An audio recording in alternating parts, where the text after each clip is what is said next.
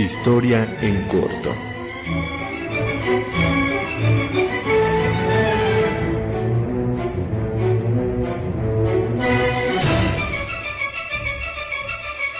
Historia en corto presenta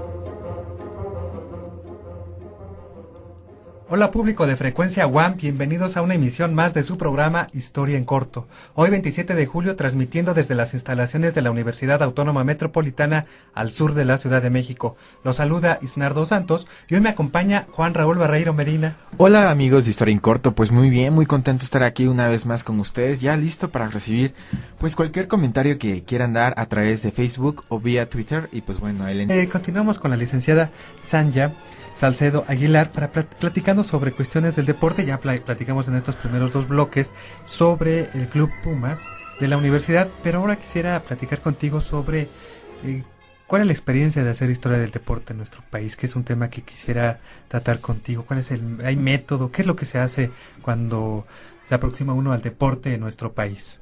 Bueno, desgraciadamente pues ya había dicho que no hay historia como tal del deporte.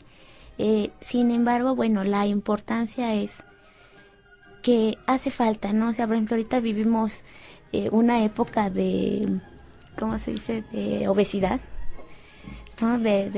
Por lo que ustedes quieran, pero hace falta una cultura del deporte en el mexicano. Ahora, la importancia de hacer historia del deporte es ensalzar esos logros que han hecho aquí pues los propios mexicanos, que no son personas así fuera de lo común, al contrario, o sea, son muy sencillos, pero son gente dedicada. Esa es la importancia de hacer historia y repito, ver qué papel juegan en la sociedad. Muchos de nuestros medallistas olímpicos, por ejemplo, bueno, ahorita están en el mando de altos mandos de lo que es el Comité Olímpico, de CONADE, de todas estas instituciones deportivas, y eso también ayuda a que tengan tanto la visión deportiva como una visión administrativa, ¿no? Saben cómo dirigir el deporte y no solamente hacer piruetas, ¿no? O sea, saben en verdad lo que es hacer deporte, lo que se necesita, lo que cuesta, todo eso, ¿no? Entonces, todo eso se tiene que ver dentro del contexto de la historia que uno haga. Y tanto puede ser una historia muy institucional, como puede ser una historia más somera, o sea, que sea más digerible para el público general y no solamente para las instituciones y deportistas. Trae un lenguaje más coloquial. Aquí entras en un, digamos, tema ríspido entre la academia, porque hasta dónde, digamos, los trabajos, por ejemplo, en este caso, sobre los 50 años del Club Pumas en Primera División, dejan de ser o son en esencia historias oficiales o institucionales sobre estos clubes deportivos, y hasta dónde entra, digamos, la visión del historiador de que nos enseñan procesos, estructuras y que son parte de ese proceso los eventos históricos, en este caso el deporte, ¿no? ¿Cómo asociar o disociar estos elementos, Sanja? Bueno, hay muchos libros de Pumas, por ejemplo. Sin embargo, estos están hechos por comunicólogos, por prensa, por fans, sobre todo, muchos fans. ¿Y cuál es la diferencia aquí en este caso, por ejemplo? Este es el primer libro que se hace con una metodología histórica, ¿no? O sea, en realidad, como de un historiador ya licenciado, ¿no? Entonces, ahí es donde viene la diferencia. Este libro está también muy ameno, lo pueden leer en cualquier lado, se entiende, es interesante, pero la diferencia es que trae una metodología histórica, viene muy bien cuidado con los editores, viene avalado por otros historiadores mismos, o sea, viene ya, no es de que yo agarré y me puse a escribirlo porque me gustan los Pumas, ¿no? O sea, ya viene detrás una investigación muy, muy ardua en bibliotecas, fototecas, mapotecas en todo esto, ¿no? O sea, usando inclusive historia oral, esa ya es la metodología del historiador. Y aparte de la historia oral, ¿qué te encontraste en los archivos? ¿Hubo facilidad, accesibilidad para entrar a archivos particulares, me imagino, o de la propia institución? Sí, bueno, con la institución no hubo ningún problema y cuentan con muchísimas fotografías. Bueno, investigué en otros archivos, sobre todo de periódicos deportivos, y en unos solamente tenían periódicos, no tenían fotografías como tales. En otros sí había fotografías, pero no estaban ni arregladas, no sabían ni quién eran. Ese es el punto, ¿no? Que no saben quiénes fundaron ni subieron el equipo a primera división, ¿no? O sea, ahorita, no sé, de los 80s, de los 70s para acá está muy bien organizado la cronología Puma, pero para atrás no hay nada, desgraciadamente está revuelta. Entonces, sí es poca la información de aquellos años entre los 50 y los 65 más o menos, pero ahí fue lo padre de platicar con los jugadores de aquellos tiempos, y ellos sí tenían infinidad de fotografías de ellos mismos. Hubo quien, por ejemplo, está el señor Echavarri, que él es de los fundadores de Pumas, y tiene todos los recortes de revistas, de periódicos, fotografías, premios, todo lo tiene él organizado, porque él los recortaba del periódico cuando era joven. O sea, pero no hay un archivo específico para ir a buscar de esos años de la historia de Pumas.